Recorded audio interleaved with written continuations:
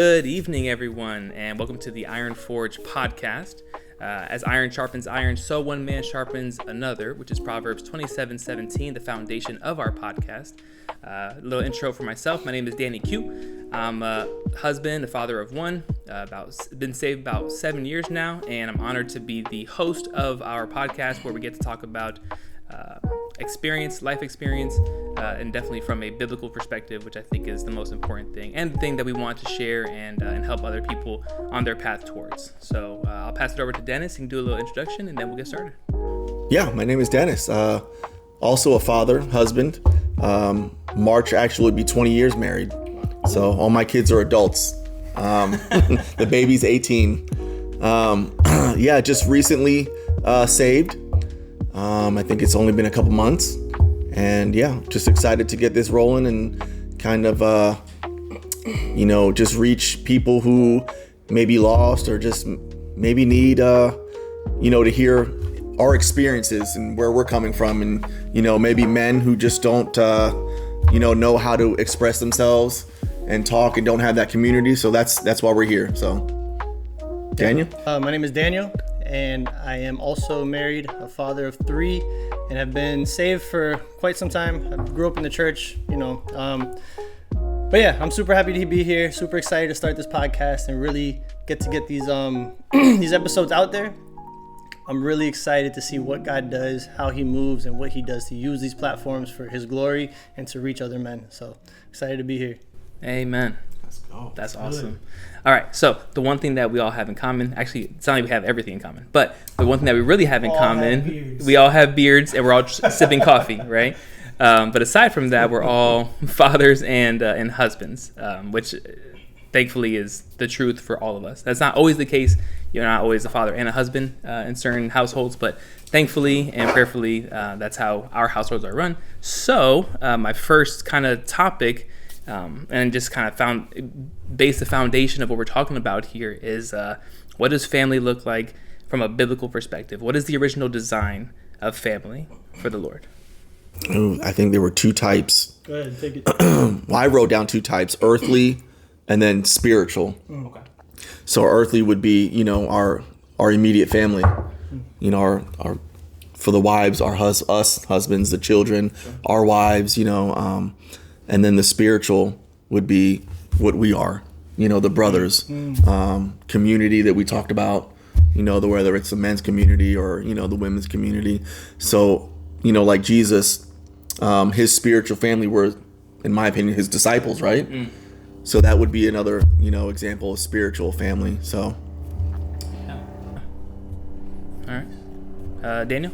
For me, I put down, a couple things, but I wrote the family in God's design, is man, it's so much, but it's a lot like what Dennis said, spiritual brothers and sisters in Christ, who go through life together. But in a nutshell, it's God's design for family was one man, one woman, start a family, be fruitful and multiply. That was the command that He gave us, to go out and to do that. And that's what I think of when I first think of family. So that's what I'll go with. Yeah. I was thinking the exact same thing, right? Like our first command is when He made man, He made woman, and then told them, be fruitful, multiply, fill the earth, subdue it. And I think that is probably the best foundation. And like I mentioned, not everybody is a husband and a father. And so that family concept doesn't always stay true in all households. And I think that's probably one of the saddest things is growing up in a household where you don't have that. Broken family, right? That's where the term comes from, is a broken family. You don't have a mother and a father, in the household at the same time. So I think that's something that those who have should help those who don't have. That's one thing I wrote was like, the enemy knows that families are so important, and families are so needed and crucial for people to thrive. If you grow up in a broken household, you're more likely to go out and to do things that are against God's will, or to go live your own life and find the things that please your flesh more than pleases the spirit, right? Yeah. So, or find the things that you're missing in your family. So if it's a father figure, boys looking for that missing piece. Like a role model. Exactly. Yeah, they go out and do the dumb things that they do in life, gangs or whatever it is, and or even girls missing that father figure. They go out and do what they're not supposed to. Right. But that's also what I put. Yeah, it's a foundation that it was a foundation for a way for us to learn, to love, to forgive, to support one another. It's a foundation for us to learn how to, act in relationships and how to build those relationships outside the home. If you learn that stuff inside the home, then outside the home, then I believe you're more successful. Yeah. You like you said, staying out of trouble, doing things like that. Yeah. So I also I was reading and it said one thing I saw was the family is the most important building block of human society.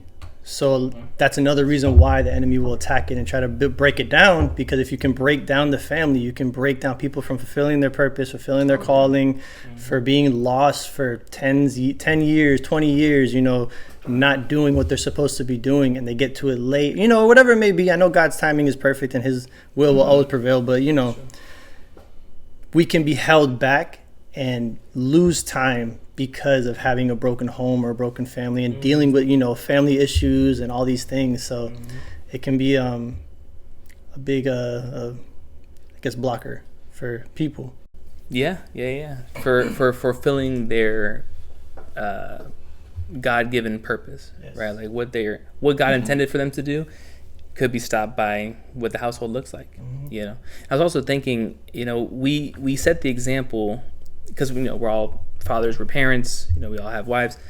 We set the example for our children. So the way our sons and daughters act in the home, or the way that, I better say, what they see us doing is the example that they're going to follow as they start to become more independent, right? Like first relationships, first girlfriend, first boyfriend, how they saw their father treat their mother treat their father. Absolutely. Is going to make a difference in how they either receive love or affection, and also give it. So being that foundation needs to be so solid in the home from a very young age. And we're not perfect. I have a stepson. For me, he's my basically blood, right? Like he's everything. He's my only child, and he's been in my life since he was 4 years old. From 4 to 14, and he's only 4 to 13, should I say? He's not 14 yet. So from 4 to 13, I've made mistakes learning how to raise him. Yeah. Whereas, let's say we have another one, I'm gonna use that and take it, and raise the next one a little bit differently. Hopefully better. Hopefully better. Hopefully, right? But, differently, because you learn from that. Yeah, you do. That's one of the things that sticks out to me when you say that is there's a verse, Ephesians 6:1-4, and it says, "Children, obey your parents, but fathers, do not provoke your children." Right. That's one thing I look back on, because I had children so young. I had no idea what I was doing, just figuring it out. And so like going through all that and like looking back at how many things I could have did better of not provoking or not losing my patience and stuff like that, so God willing, if you do get the opportunity to have another child, you have a whole community of men with you too now, to help you. What they say, it takes a village, right? That's what they say. I'm done having kids, so you don't have to worry about that with me. Yeah. Well, so your experience, you said that your children are all pretty much grown up. So from one to the next, what did you find that you did differently? Oh, I definitely made mistakes. So trust. Oh, yeah, that's a whole nother podcast. Mistakes. No, so my first son, 24, that was from a previous marriage when I was in the military. Obviously that marriage didn't go well, young, 18 or 19, I think, when I got married. Of course, the typical, your parents said, don't do it yet, don't do it, just wait. And I was like, no, I'm doing it. So, that didn't go well. So the relationship with him, I hear from him once in a while, but it's not the same as a relationship like, between me and, my daughter. Mm-hmm. The middle one, like you, is my stepson. Dang, I've been in his life since, I think, before the age of 2. So I was at his 2-year, his second birthday party. Wow. But so he's 23 now, you know. Oh, wow. And I think, you know, being married, that of course that's obviously my wife's son, and you know, her being young, me being young, you know, we made mistakes, you know, as far as obviously the things, you know, discipline, the things that maybe she should have allowed, the things that, you know, I should have done, you know, differently. But, you know, you learn, like you said, it's in the past. Yep. So the relationship with him, you know, it's not bad. You know, I'm not going to say that at all. You know, he really is a good kid, you know, good heart. All of them are. But it's not like where, you know, I think me and my wife wanted it to be, you know, so it's a little quiet.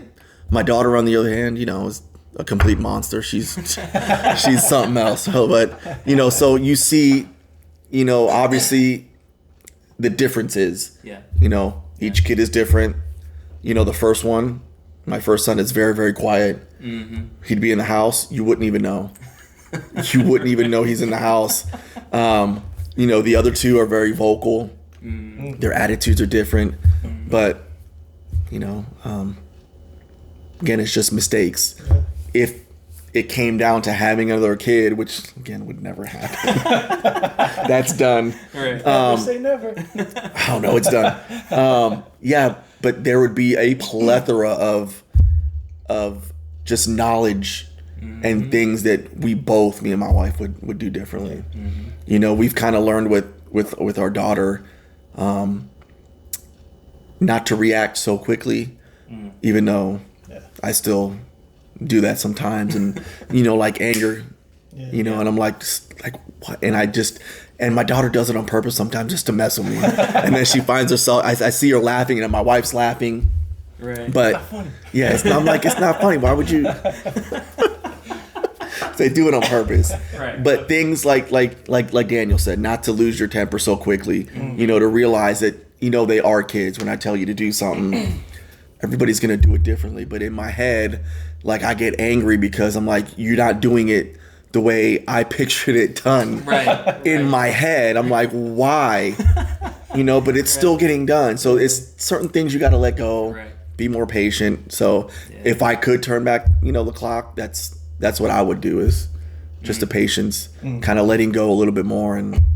But you can't. So No, right. I mean, you know, I feel like that's like the best thing about a community like this, because we can share that perspective and those experiences with people who are now stepping into having children or stepping into that life, to encourage them and be like, hey, make sure you have patience when they do this, or, you know, X, Y, and Z. So I feel like that's a really, really good opportunity we have, you know, for when people come through in our lives and we have the opportunity to do that. and teach them from your mistakes, right? Like, I mean, that's basically what life is, you know, you learn so that other people don't learn the hard lesson that you had to, hopefully. And everybody's going to walk in their own. and sometimes they still do whatever the heck they want to. And I'm like, bro, I just told you not to do that. And then it happened. The thing I told you, I that's what I was warning you, but they have to learn. They have to learn and make their own mistakes. So For sure. but we just hit like a couple other things, other questions, but that's all right. That's good. Yeah. So what do others in the Bible say about families? Are we given any other instructions, advice? I know we spoke about Ephesians, wasn't it? Yep. All right. Anything else that comes to mind as far as like familial instruction? I think you both said it. I don't know who said it, but I actually wrote it down too. The first commandment instruction that God gave us was to be fruitful and multiply, fill the earth, right? But then I came across, obviously, probably one of the most famous, you know, Exodus 20, the 10 Commandments. Yep. The first couple, which I don't know if it's in order of, like, I saw them almost as an order of the most important. Yeah. All the way down that's how I feel, because the first couple are just about God. Right, your relationship with him. Yeah, like, you know, I am your Lord. You know, there's not to be another idol. You know, I am your God. And then the next most important one that I saw was to, oh my God, where did it go? To honor your mother and father. Yeah. You know, it's related. It went from God to family. Yeah. You know, Ooh, I it like wasn't. that. I see what It you're saying. wasn't. Don't steal, not to covet, which are they're still important. No adultery. It went from I am your Lord, I'm God, and then the next most important commandment was family. To honor your father and mother, that your days may be long in the land that the Lord is giving you. It's the first commandment that you get a promise with, which is awesome. You know, like if you do this, God's gonna promise to give you long life in the land. This is me. Don't do this. Period. Like, I am God. There is no other. Period. It's a statement, exclamation point. And I didn't even think about that. Yeah. That's the first one that is, hey, here's your promise. Do this and then this, right? Yeah. That's huge.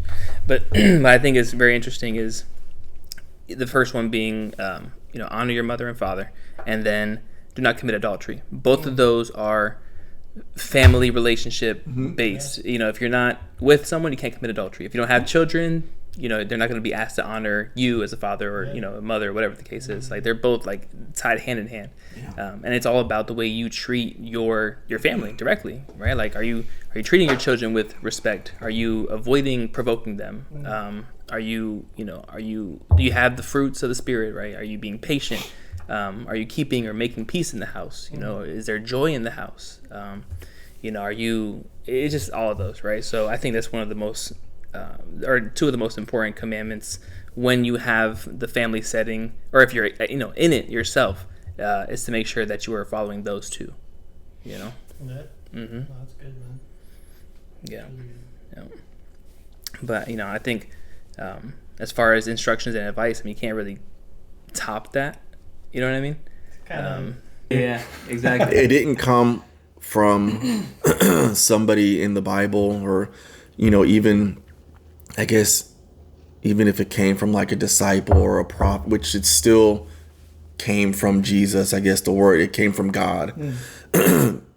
This literally came from the voice of God, and it was transcribed on tablets. Like, it literally came from him. Right. It wasn't from somebody else. Like, it was his word. Yeah.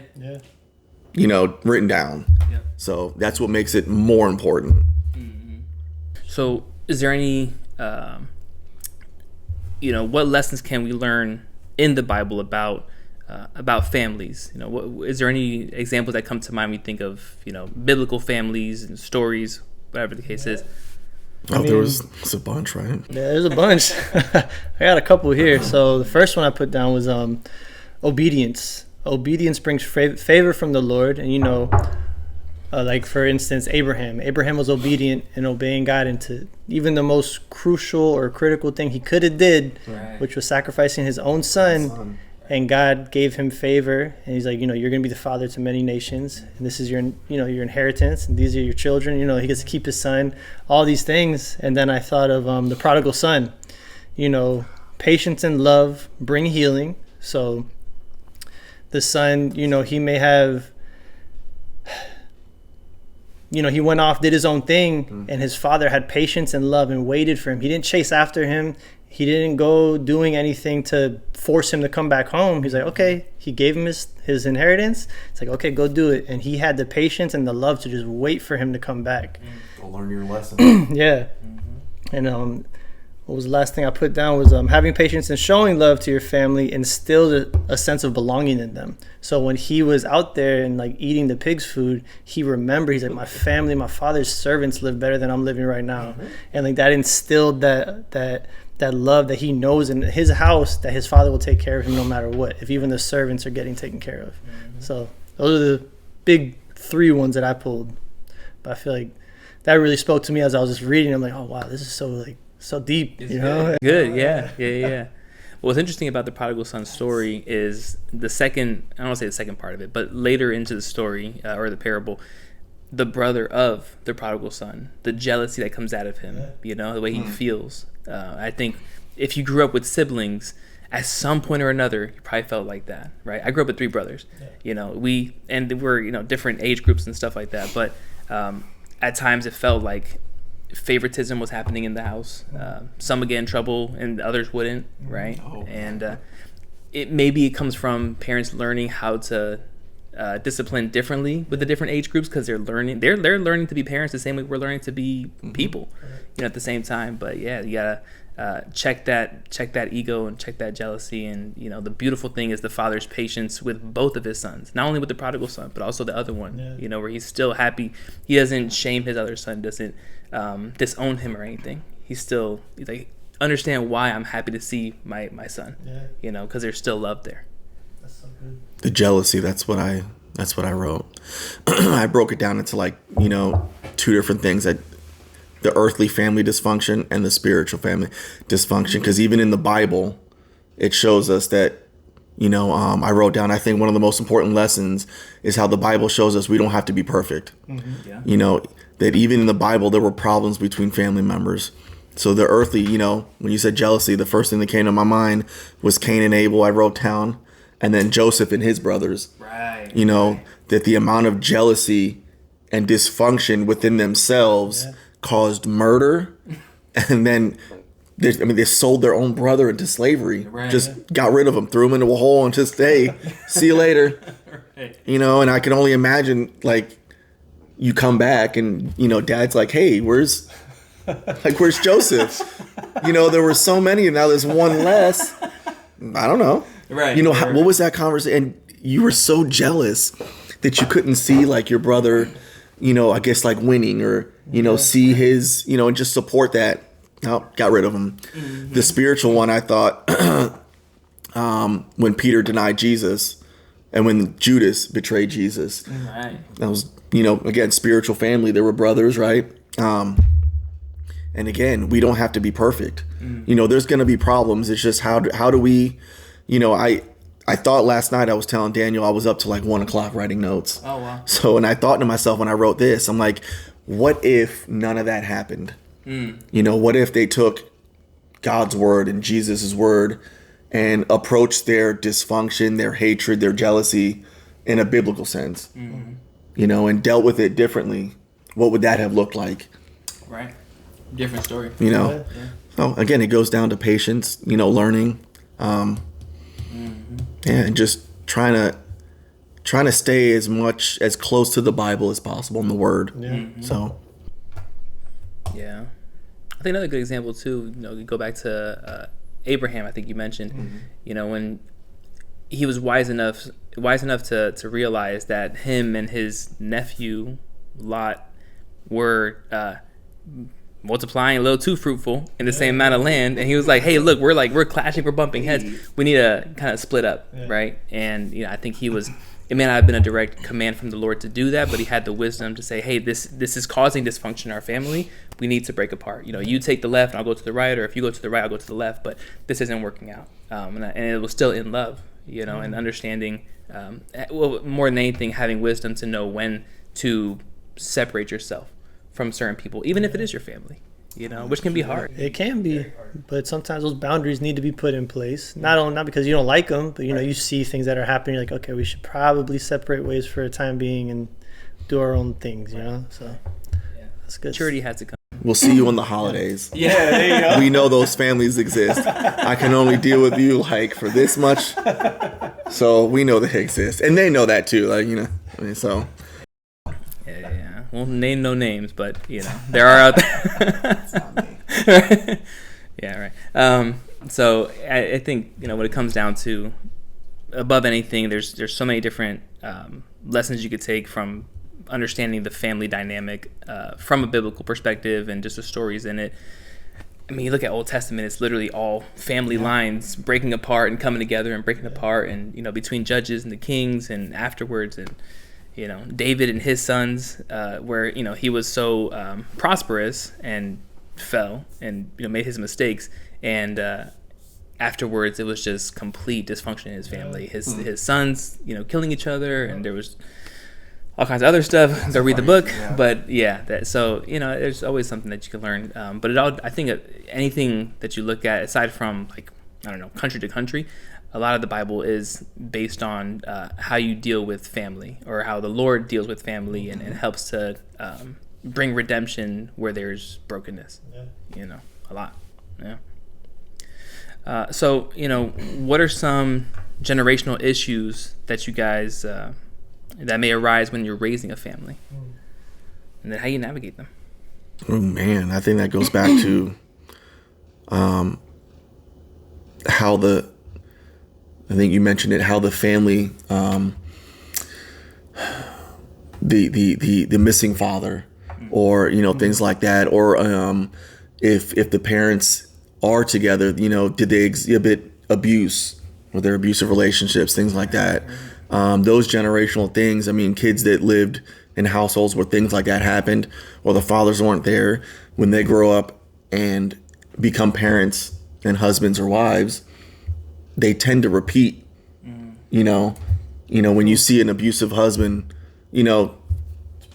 probably because when you look at it, is because his father was abusive, to either the kids or the wife, or everybody in the household, and they just tend to repeat that for whatever reason. Navigating that, I have no idea. I mean, again, besides the Bible, therapy, things like that.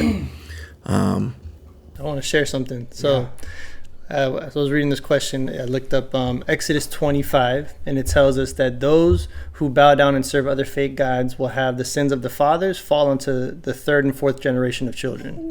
But right after he says that, or after God says that, he says that those who show him love will have 1,000 generations, or bless 1,000 generations who keep his commands. So as long, you can see like the difference, right? So you have three and four generations, but if those who keep his commands, thousands of generations will be blessed, right? So the best way to navigate these is to notice them first, acknowledge that they exist. Then as a family, you can talk about these issues and pray together. The only cure for these is to repent of our sins and trust in Jesus to protect us from those things. As long as we remember Jesus is the one who breaks the curses and helps us to get out of these things, and not our own doing and our own will, the moment we realize that, we'll be able to, not fall when we try to do it by our own strength, or try to do those things by our own will, because we can't.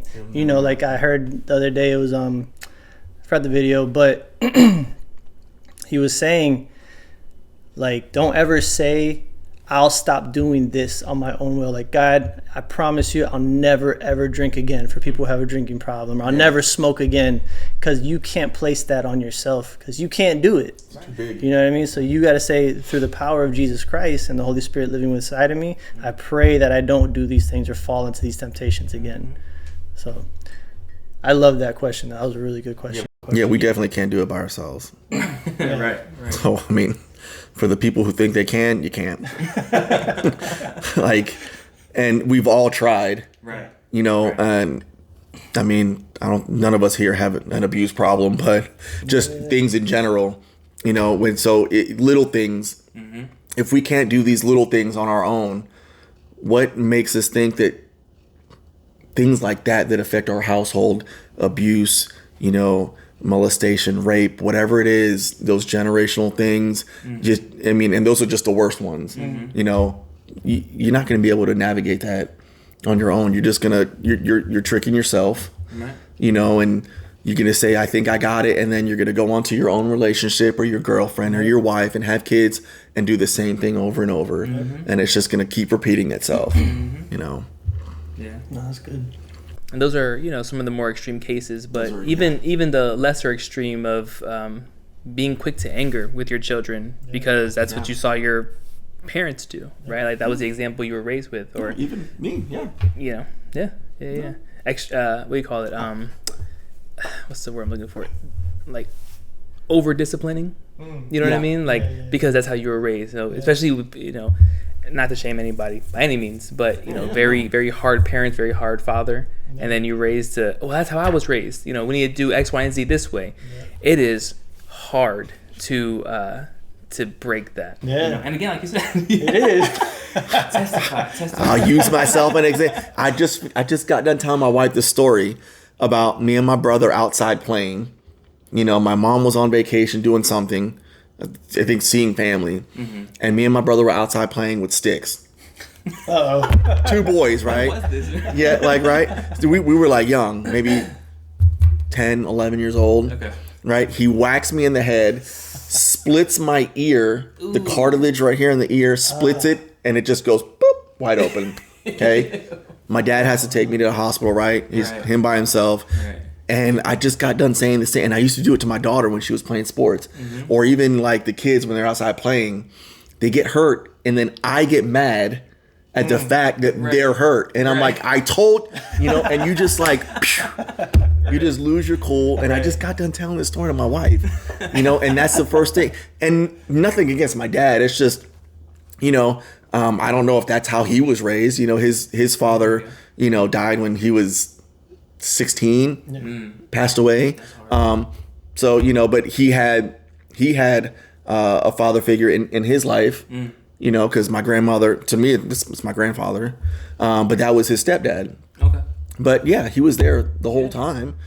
I don't know if that's how he grew up, but I know that's how I grew up. Exactly. And I found myself doing the same exact things, losing my temper for dumb stuff. Oh, you got hurt playing outside, and say like, oh, are you okay? Yeah. Hey, come here. And I would get mad, because they got hurt. And I'm like, oh, when you said that, it just made me, that's crazy. Yeah. I use myself an example all the time. I don't. Well, I mean, as we should, right? Yeah. I had a bad case of, and still do sometimes. Don't get me wrong.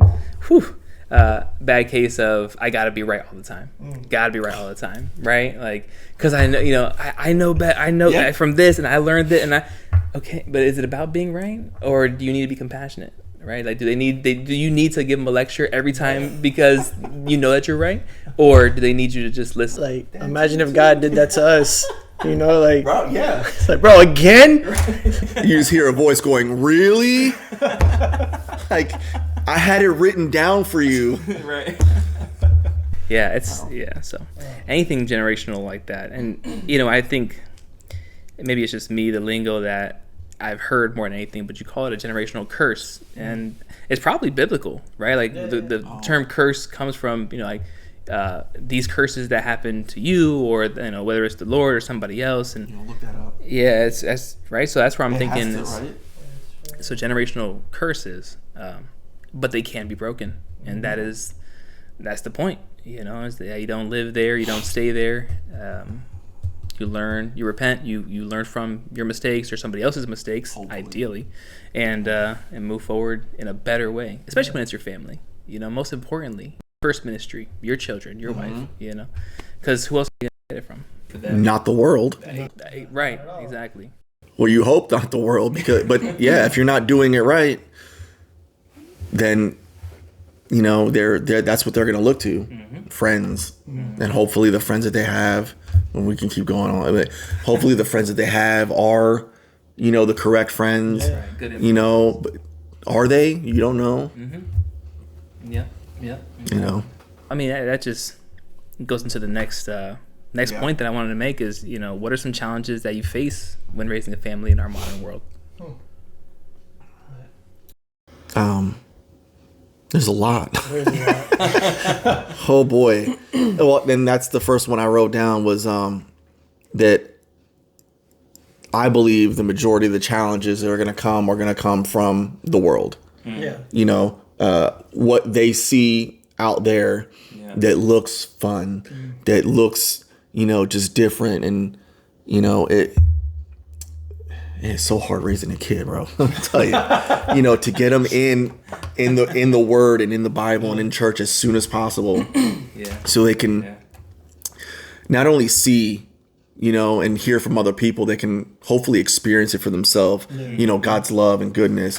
But most of it's going to come from the world. I put peer pressure, TV, movies, social media, the worst invention and probably the best invention at the same time. Right. Because so much good can come out of social media, but at the same time, go to social media and look at the crap that ends up on, right there at the palm of your hand.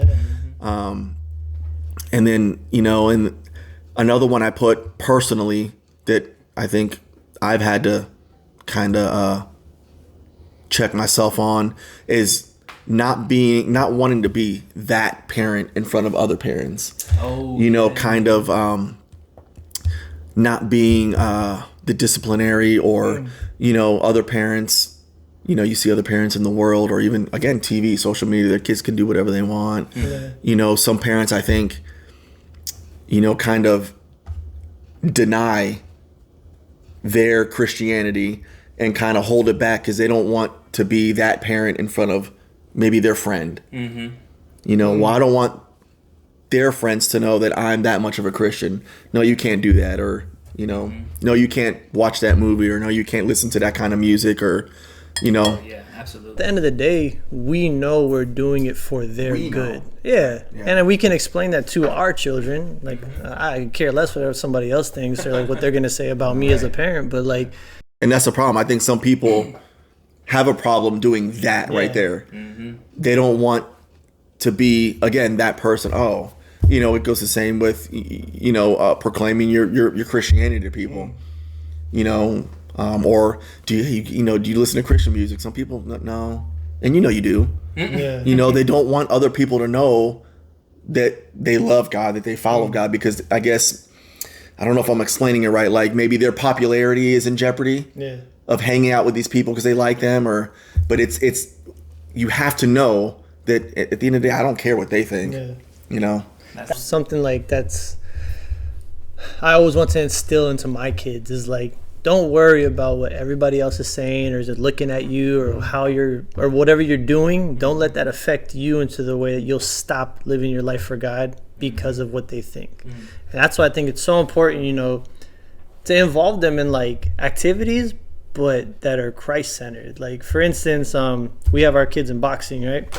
Me and Danny, and the gym is a Christian gym. Like the guy who runs the gym, who owns it, he's a Christian. He does like leadership stuff with the kids. He teaches them about the Bible. He has like daily or weekly Bible verses for them to memorize, stuff like that, And it's like it's a very encouraging and nice environment. So to find those alternatives for our children as Christians, it's so important, and that helps steer them away from wanting to go out and do worldly things. Because if you put them in say I put him in a boxing gym that's a secular gym, like a worldly gym, he's going to be around people cursing all the time that are going to be talking about stuff that they watched online and, all these things. And he's like, oh, I want to get curious and let me see that too, So it comes with, and to me, that's like kind of a level of discipline in a sense. And like I pulled up Proverbs 13:24. It says, those who spare the rod of discipline hate their children. Those who love their children care enough to discipline them. So if you care for your kids and you care about their well-being, you'll do the hard things that it sucks in the moment to see them sad that, oh, they can't do that. But what you're doing for them. To the end, you're saving them from something way worse. And and your kids will, at the end of the day, will hopefully, I keep saying hopefully, right? If you did somewhat of a decent job, and I think that's one of the other challenges is getting out of your head, and always, which I guess goes to the fear, which is our next question, but is getting out of your head and just stop overthinking things. Just if we have the book, it's our instructions. Right. Tells us what to do. Right. We have our beliefs. We know who we believe in. So if you just do it according to God's will, and then we're fine. We don't have to start over. Well, maybe we can let them do that. The other kids are doing it, and that's where we start kind of compromise. Exactly. Instead of reinforcing, and maybe sit down with them. Which again, I don't do. But me and my wife actually started talking about that because I think it was you. We were talking to. You said you guys had like a family like Bible night. You did like Bible study, yeah. And I mentioned it to my wife, and she's like, "Yeah, we should do that." Yeah, sit down together, and you can actually see it. Which my daughter's actually pretty good because I've walked in her room, and she's literally reading her Bible. So that's awesome. That's awesome, bro. Just walk out the room applauding. I'm just like, what were you gonna say? Nothing. Keep reading. Carry on. Nothing at all. Nothing at all. Yeah. Man. Yeah. I mean, that's its own commandment of obedience. Is you raise them up in the discipline and instruction of the Lord, and that when they grow up, they won't steer from it, right? And even if we all fall short of the glory of God, right? We all make mistakes. We made ours. Even if I were grown up, if I was raised, should I say, in the church and in the community like that, even if I was around it more, I'm sure I still would have made mistakes that pulled me away at some point, right? Because the temptation of the world is what it is, so great. And I think that's one of the hard things as a parent too is to keep yourself in check, because you don't want to be an influence to your children. Like, well, why do you get to do that, but I don't? And it's, do as I say, not as I do. It's like, no, do as I do because I'm trying to give you the right, what's the word I'm looking for? Path, leadership, or guidance, right. Or you literally have to be the example. Jesus was the example. Yep. So what makes us better than him? Like, we have to be the same example that he was. Right. Yeah, and that's perfect. Do as I do, not as, not the other one. Mm-hmm. Which for so many years people have, no, just do as I'm doing. I'm the example. Exactly. Yeah. I think as a father, that's probably been one of my struggles and also achievements, is finding that path to be a good example. And I'm not by any means perfect. Every day, right? Almost every day. Pick a fight that I shouldn't have picked, right? Discipline the wrong moment. It's 10 o'clock at night and I'm laying down the law and it's like, we're all tired. Yeah. Why don't we just have this conversation in the morning? Yeah. I've done that one too many times. Yeah. But, we're not perfect, and that's okay. I think we need to do a podcast on mistakes, bro, because I just keep coming up. Bro, my wife's going to watch this and be like, mm-hmm. I told him? Yeah, she's like, I told him. Just let it go. It's not that important. You're right. You got it on camera right, now the world's going to, perfect. I'm an idiot sometimes. I know. It's okay. Oh boy. Well, aside from mistakes, maybe we should shine some light on the more positive aspect. As fathers, where do we believe we've excelled? That's good. I would say doing, for myself, doing everything I can to provide for them, and the best of my ability, and trusting in God for that, and then keeping them grounded in Christ, taking my kids to church, having them in activities that are Christ-based, and the weekly Bible studies, right. And prayer nights and stuff like that. Just those little things, I hope and pray that they instill little seeds inside of them as they grow older and they cherish those moments. Yeah. Because I do, I love doing it with them. But yeah, I would say those. And they see that too. Right. They see the little things. They know that makes you happy and that you're doing it for a reason. That you and your wife are doing it for a reason. So they definitely see that. Yeah. Even say something as small as praying with them daily. I mean, I remember growing up being told to say your prayers at night, and when you're younger, or should I say, from my personal experience, when I was younger, the example was there. And as you get older and a little bit more independent, they're like, okay, you're old enough now. Say your prayers, go to sleep. You're good. And it's like, you probably could have used a little bit more hands-on in that aspect, right? Age cuts you off from praying with someone. It's like, I can't do it anymore. 13, that's it. They're all by themselves. They're a man, send them to the wilderness. Some locusts and honey, bro. Get out of here. I have a prayer tent at church and it just says, do it yourself. Just keep it moving. All right, my bad. Yeah. The little things. It is the little things. It's crazy when you say it out loud like this, it kind of hits different. You're like, dang, bro, I should be doing that. And I don't do it every night. Yeah. And that's even I fall short of doing that much. But, I've done it. My wife and I are more consistent. And even looking now versus 5 years ago, we're more consistent now than we were before, right? We don't allow tiredness or complacency or anything like that get in the way as often. It's easy to get complacent. It's easy to get into doing something else and okay, we'll do that tomorrow. You keep putting it off, and then it's a month later, and it's like, when's the last time we did that? We could skip tonight. Yeah. Right. So consistency, I think, is a big deal. Consistency. Absolutely. Yeah. I think I've told both of you that what I've started doing. It's been a couple months now, I think. Mm-hmm. It's definitely been a couple months. Is that every morning, I always leave early for work. So when I pull up to work, I sit down. I'm always there at least 15, 20 minutes early. I'll sit down and pull up my phone. and pull out the Bible app and just get the daily verse. Yeah. And I'll send it to them with how I interpret it, or, the meaning of that verse. And, sometimes it's a little short snippet, and sometimes it's like, a long paragraph. And I send it to my wife and my daughter every single morning. Yep. That's good. It is. So, other places where I've excelled, I mean, I don't know. It's hard because you always feel like you're not doing enough. Yeah. Yeah. Especially in this world. But I mean, I've always, and my wife too. You hear a lot of stories about, and we've seen it firsthand. My daughter plays volleyball for 4 years. She played volleyball. She played club ball. She played even flag football.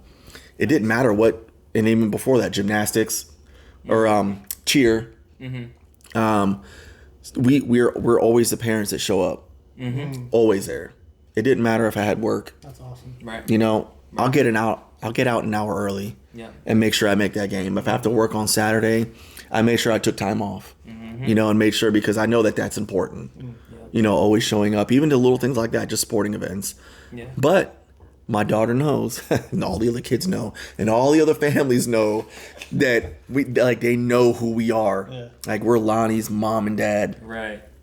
Home games, away games. Right. And they know that when we show up, it's going to get loud. And my daughter will always have that memory, and the other kids, we feel bad for them, because some of them I've never seen a parent of theirs show up. Who's dropping you off? How are you getting there? That's what I said. I'm like, you're just Ubering, and I'm, yeah. Right.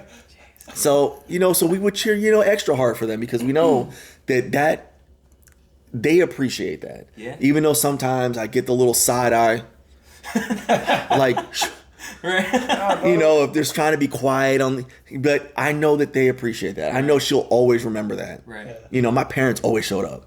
My mom and dad were always there. I remember driving back. I helped a friend move, long story short, to Texas, drove all the way there, flew back. Dang. My daughter, in like the course of like a day and a half, my daughter had a cheering for a football game. Okay. I got picked up from the airport. I've been driving for 19 hours, like total, slept in a hotel, got up early, drove another, how many hours, got on a plane, flew back. I'm tired. I'm hungry. Oh yeah. First thing we did was, from the airport, drove straight to the football field. Jeez. Those actual memories for your daughter too. I was saying hi to people, and she must have seen me or heard me when she turned around, because, we had a tent. I was saying hi. And they were doing a little cheer event, and she ran over. She was like, "Excuse me." She's like, "You're not going to say hi to me?" And like the biggest hug. And my daughter's not a hugger.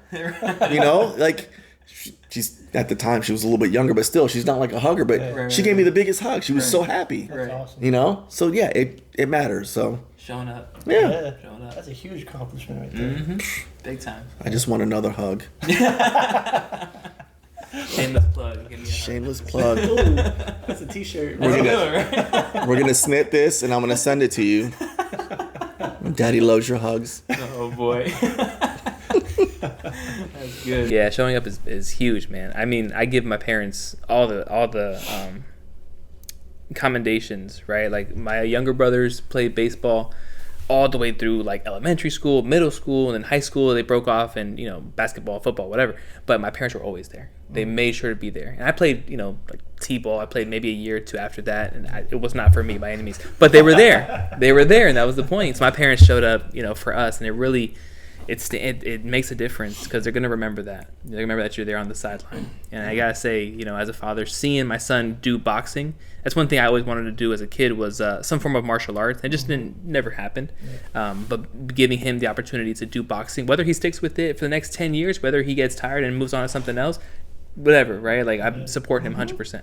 But to be there and to give him something that, for me, even personally, I always wanted, but something that he can always try out and look back and say, "Oh yeah, I did try that out," right? Because you never know what they're gonna get into, what they're gonna enjoy until they try it. And the same for everybody. You're not gonna know really like something until you go out and do it. You know? Yeah. So that's awesome, bro. That reminds me of our middle son who wanted to play football when he was smaller, and well, it was not for him. After like the third game or fourth game, he was like, and it was like they're like pee-wee, so like the helmets are like this big on the Shoulder pads. and we paid. We were like, no, we found a way to pay for this. You got to stick it out. At least finish the season, and if you don't want to do it no more, he was like, You know, the coach was trying to put him in like different positions, and you know, and he just wasn't having it. Yeah. And we're like, nope, commitment. Right. We paid, and we still showed up. But yeah, he was not happy. He didn't want you to show up on that. Yeah, he was like, I don't want to show up. Oh boy.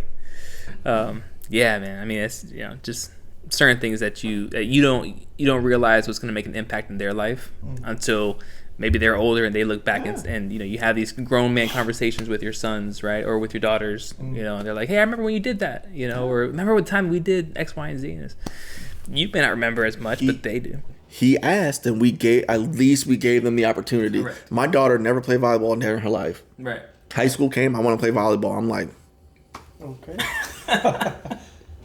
where did that come from? Right. Can't even spell volleyball. What are you talking about?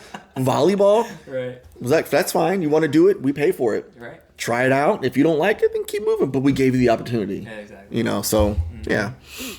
Yeah. That's fun. Those are huge advantages. Yeah. Right. What about where do you guys think that you've failed so far? Right. I mean, God's grace, and we're still here. But where have you failed? And if we can be vulnerable about that a little bit. Yeah. Let's see. I'm making sure I'm reading my notes. I think it keeps going. Yeah, to my temper, or just expectations. You know, clean the kitchen, or I mean, even stupid things like I'll go lay down in bed, and they'll come out to the kitchen, and they know we're in bed, and in my head I'm like, all right, shut all the lights off, like close everything up, and they go to their room, and I'm like, are you kidding me? You know, and it's like dumb things like that. It's my expectations, you know, and I have to realize that they're not me. They're not thinking the same way I am. You know, they're not tuned into my head.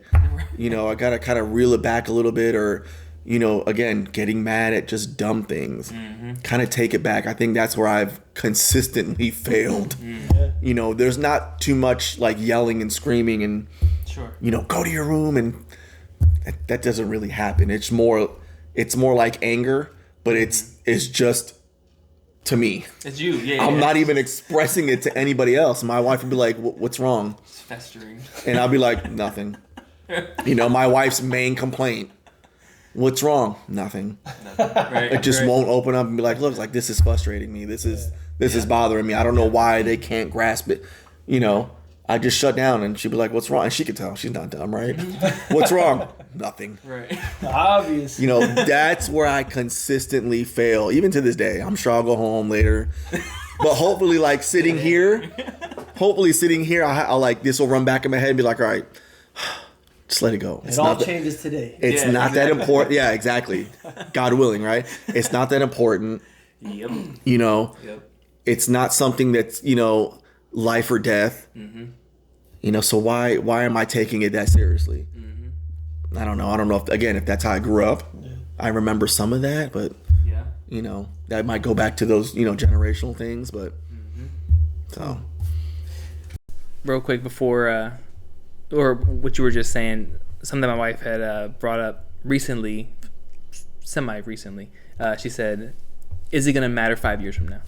Because if the answer is no, why get mad about it? even shorter than that. Right. A year from now? Is it going to matter a month from now? Right. The fact that, you know, they didn't wash a dish, or, I mean, Take the trash out when you ask? or like I said, or if they just didn't do it the way, in my head, I look at them and like, why would you do it that way? Yeah. It's the stupidest thing, but it's real. Yeah. You know, and a lot of people have this issue. Just do it the way I told you to do it in my head, but didn't really tell you.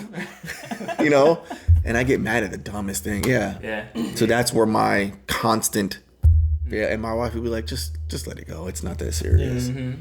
You know. Yeah, bro, I could say like just the same thing, man. Lack of patience. Like I could like looking back, even at things past in the last week, or it just like it sucks to look back and be like, I can't go back and fix that. Right. I can't change what I said. I can't change the way I act, but I can pray and hope in the future I don't act this way, and really try to change the way that I react to certain situations and explain myself better or share what I'm trying to say with more clarity. That's one thing I kind of suck at. I'm like, yo, just go do this. And they're like, what? How do I do it? I'm like, bro, figure it out. Because like when I grew up, I kind of had to like figure things out like as I did it, and like that's not something that they do. We show them how to do it, and like I don't know, I gotta get better at that because I'm really like that. Like just go figure it out, try to do it, and then yeah. So I would say lack of patience is one thing that really has hit me, like looking back. So I wonder if it's a man thing. Probably. It sounds like a pattern here. I wonder if it's a man thing. Probably. It's starting to feel like 100%. Because it like I keep going back to the you're not doing it the way I wanted you to do it in my head. Go do this. But I never gave you exactly. I never gave you the how to. You know how to do it. But if I'm getting mad at something, like I should have given you, okay, I need you to do this, but do it in this order and just make sure you do it like this. Right. And then if you didn't do it like that, I'm like, okay, well, hold on. I just gave you instructions on how to do it. Yeah. But I just said, hey, go do that. No instructions, no guidance, no nothing. You did it. But for some reason, I'm like, it's got to be like a man thing. Because I don't see my wife really. She gets mad. Don't get me wrong, but it's not like for the same dumb. She's the one who tells me. She's like, you didn't tell him how to do it. You didn't give him any instruction. I'm like, just figure it out, bro. Like, just do it. Yeah. But then I'm like, I can't do that. Right. So just a little. That comes with the man. I think is just more. I don't know how to say it. The women are more nurturing. Yeah. More obviously, right? More compassionate. Yep. And the men are just not an excuse. It's not an excuse, but men, I think, just more wired to. I don't know, man. Again, I'm not a therapist. I'm not a psychologist, but in my mind, I just like more wired to back in the day. Just they're more here for protection and the hunter-gatherers and doing things like that and being there, having to be strong and big and forceful, and we really don't like explain, hey, come here, let me and have that soft tone to where my wife sometimes be like, okay, well, again, she loses her temper too, so. She's Puerto Rican. Yeah, exactly. Really Puerto Rican. My bad. But she'll like explain things a little bit more where I'm, just lose my cool, and I'm just like, why? It's gotta be. It's just different dynamic. Yeah, I think. The way we're wired, to your point, right? Like we're I don't know, and this goes for me for sure. Like these last couple of years, is I work all day long. I come home, and if I'm expecting something and the expectation's not met, frustration, right? It's like, but you haven't been home all day. What are you frustrated about? Like you had no control over what was happening here at home while you were at work. So checking that. I think that's an ego thing, though, isn't it? Like when you come home, you're like, but why? Because I've been out all day. You just been home, but you don't know what's going on at home, like you said. So almost like because I guess yeah. Like narcissist is that or like mentality or like maybe not to that. It's just the ego. Like I came home. How come this? Yeah. I came home, dinner, not why? You've been home all day. Right. In reality, maybe that's not the case. My wife worked a full-time job until just recently. Like, we're both coming home, and I'm, I want to go and relax. Like, and that's the other thing I think too is like what men do when they get home is different than what women do when they get home. Like they start, it's just like, and this isn't for everybody, right? Like, I'm not saying that this, like it's cut and paste for every man, every woman, everybody's different, and maybe it has to do with your upbringing. But when I come home, I want to like turn everything off, like kind of like down. What do you call it? Decompress. That's a good word for it, right? Decompress, and then I can kind of come back to life afterwards, right? Instead of like, okay, I'm home, these things need to get done, so I have this mentality, I'm gonna get this done, and then provide for everybody in the household, and then I can relax. It's like, no, I need to relax, and then I can help y'all out, but let me take care of it, and that's not always the case. Yeah. I got home yesterday, and I told my wife, she had the chicken out I told her to take out, and I went to the kitchen and started cooking. Went, go home, use the bathroom, I change my clothes, right, and then come home. But then she's like, you need my help? I was like, if you really wanted to, but she helped me for about 15-20 minutes, and then I just finished up. She'd go lay down. But yeah, I think we have to realize too that they also need a break. 100%. That they're working also. Yeah. 100%. Absolutely. Well, I think that's our next question or topic, I guess. What is your opinion on the biblical roles of a husband and a wife? For me, I put down for men, they're the leaders of the house. So, it goes Christ, husband, wife, children. And so you're the leaders of the house, not only in like the physical sense, but the spiritual sense. So you have to lead in both aspects. You have to provide for the family. So you have to make sure everybody has what they need. And regardless of what your situation is or how you're feeling, it kind of doesn't matter. You have to get that done. That's on you. That's your job as a man. And then protect your family, to make sure you protect them, that they're taken care of, that they feel safe at home, they feel safe when they're going out, whatever it may be. And for women, I think it's to, I'm not a woman, so I checked with my wife, see what she thought. But, to take care of the home, to nurture the children, teach the children, support, because the Bible calls the wife the helpmate, right. So she's the helpmate to support the husband and encourage him. And I feel like when both of you are taking your roles and doing what God has called us to do, like the house runs smoothly, instead of like in a worldly sense, the culture now, I feel a lot of it's like a power grab. Like, no, I want this money. We both got to go get money. We'll put our kids in daycare, and y'all can go to school. We'll see you in 9 hours, right. And then we'll all come home and spend a couple hours together and do it again the next day. Maybe. Yeah, maybe. Have dinner for 30 minutes and go to bed, and then that's it. Yeah. So that's what I think. Dang, that was good. Same thing. Because I even went and looked it up just to make sure I was recalling it correctly. Because the world will have you think that it's not the way it is, but this is the way it is. Husband is the leader of the house, and the wife, it says must submit to their husbands. Not that the way the world says, oh, you got to be the husband's slave. No, they're there to help support us. To help to respect us. We're there to love them and protect them. But I also wrote down, he said it perfectly. I also wrote down, I said, without establishing these roles, the biblical roles in your house, if you don't do that early on in your marriage, have the foundation of God in your marriage from the beginning, I said, eventually, in my opinion, the world will establish those roles through other means, through other influences, like you said, then the power grabs, or, you have the husbands who don't do anything in the house. The wife is the one that goes to work, comes home, does this, makes all the decisions, and the husband it's just there, but really non-existent, or vice versa. Where the wife is the same thing, just there but non-existent. If you don't establish those roles, the biblical roles that God laid out for us, then eventually through influences in the world, you're going to be doing some craziness in your house. And then that's where you get back to dysfunction in the house. Kids running wild, or your kids at home. Do you know where your kids are? Do you know where your husband or wife is? I mean, even that, there's no respect. There's no love. Right. You haven't established those roles. Right. It's just chaos. Yeah, basically, right?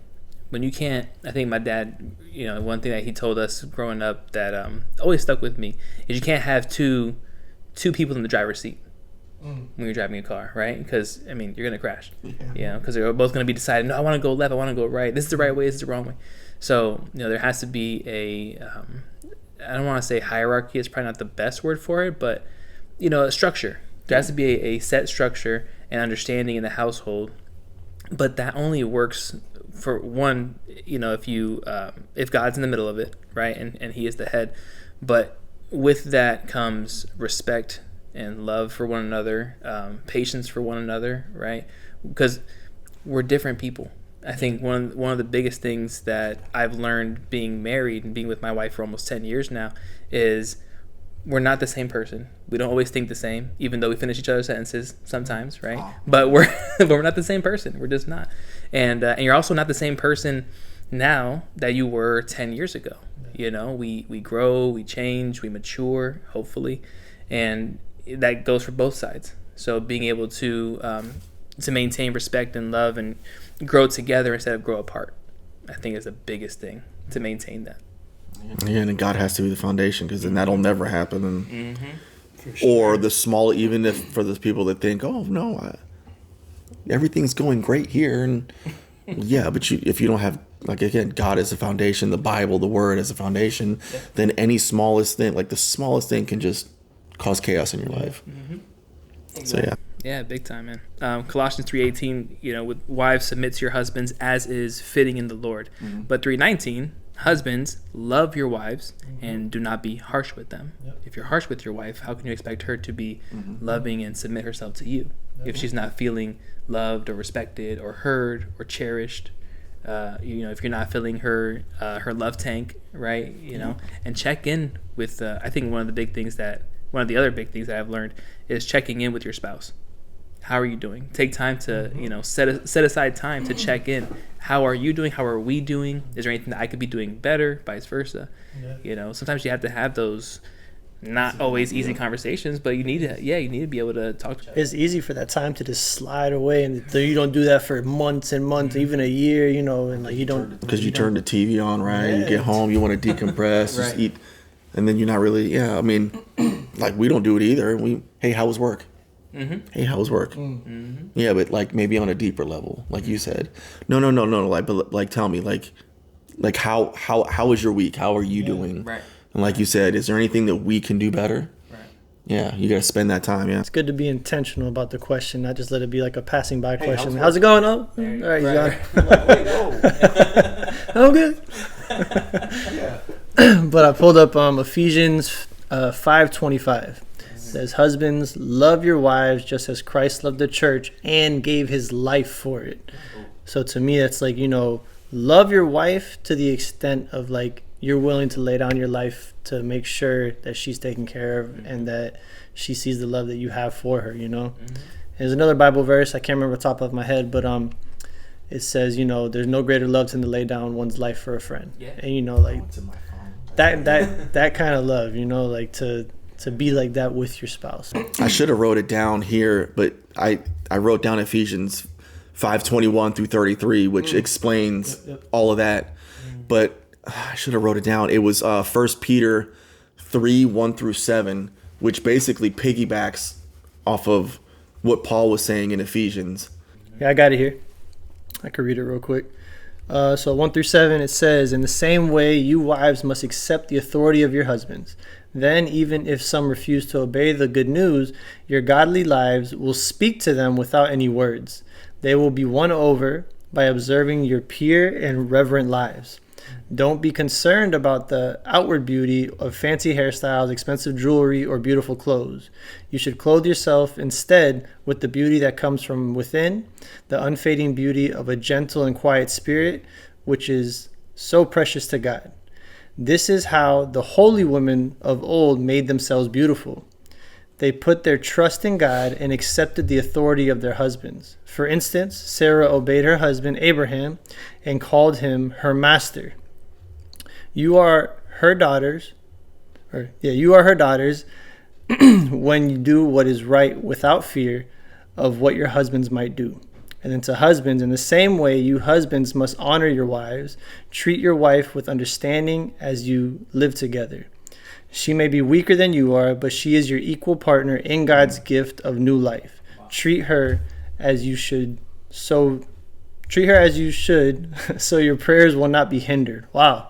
So your prayers will not be hindered. So if you're treating your wife in a certain way that's not You can pray for good. if you want to. Yeah. You can pray, and God's like, nah, you need to fix that first, bro. You're Yeah. not doing what you at home. Right.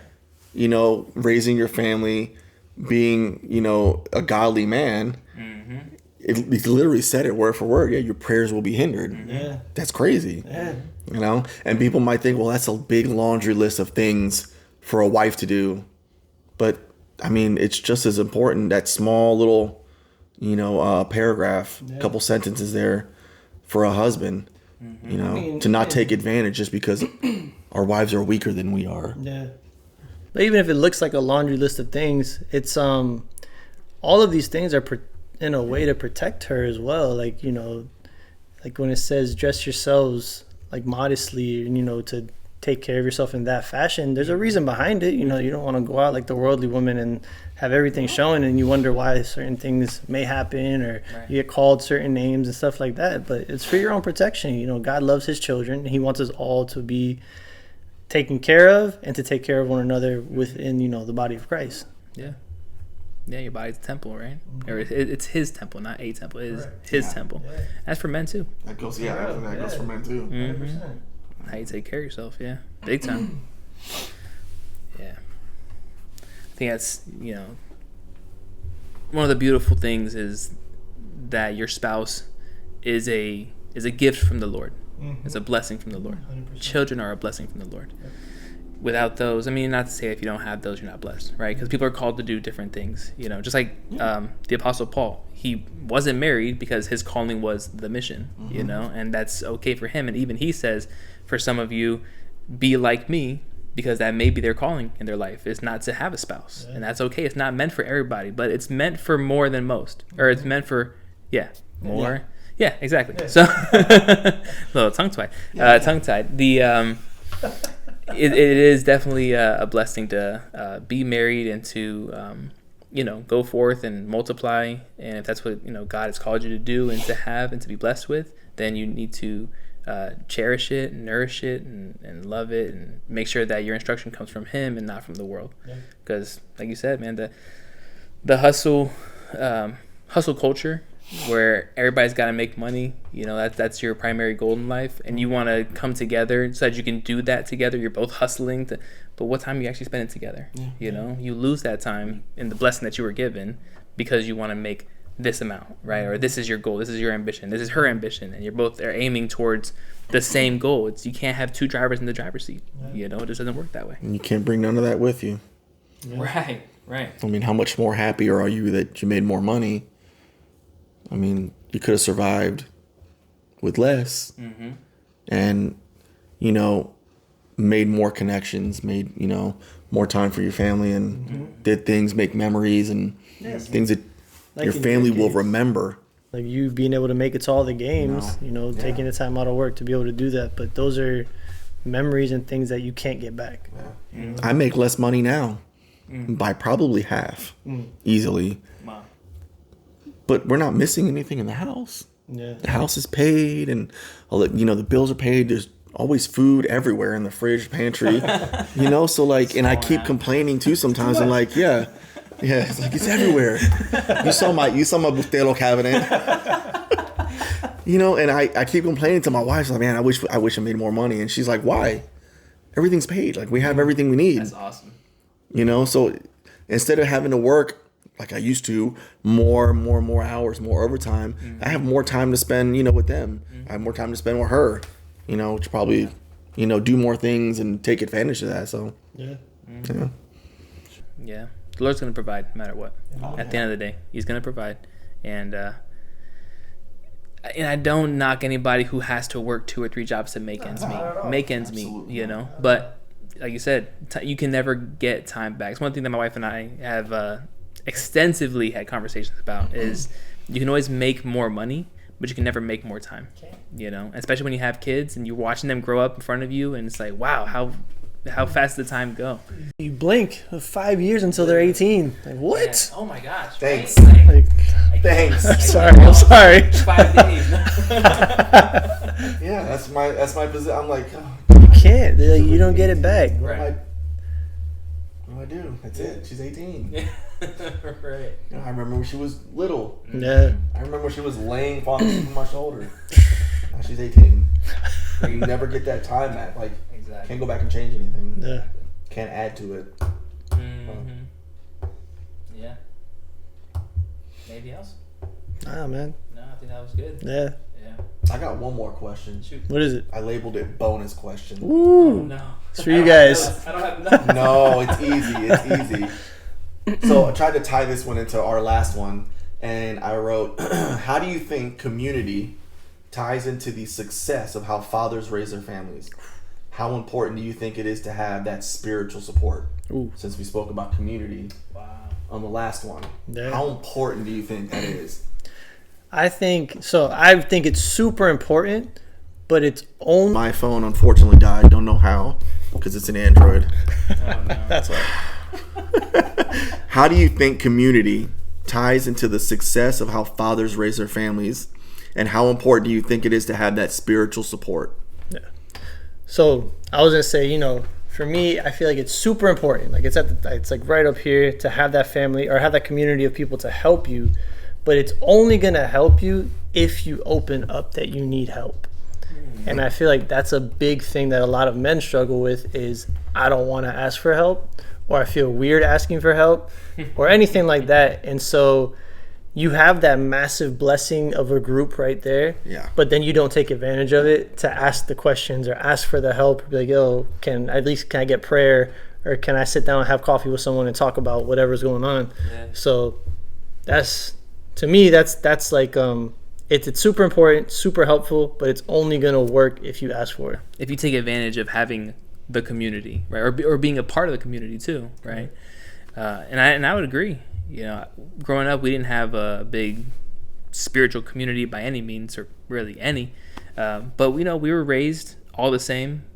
We came out alive, healthy, and decent head on our shoulders. But would it have been easier if I was around better influences because my parents had that kind of community that they were built on and built within? Yeah, absolutely. Having friends that, for one thing, like-minded. Having people around you who think the same, feel the same, pray the same, or should I say believe the same, really, more than anything. But having that and then being able to lean on that when you need it is crucial, because one of the things that we said at the beginning, right? You can't do this on your own, and the Lord is the provider, the help, your guide, your everything, right? But He gives you resources. Not to say that they're not important, because they are a blessing in their own right. So Take advantage of them. Yeah, exactly. and that's, like I said, we could do a whole nother podcast on mistakes. But no, yeah, wow, like looking back, I even told my wife, looking back, and had I had the same like-minded people years ago, long time ago, probably wouldn't be in some of the predicaments I got myself into, and made some of the mistakes. So yeah, it's definitely need that community, the people, like you said, who pray, the people who believe in the same thing you believe in. Definitely take advantage of that. Yeah. I agree.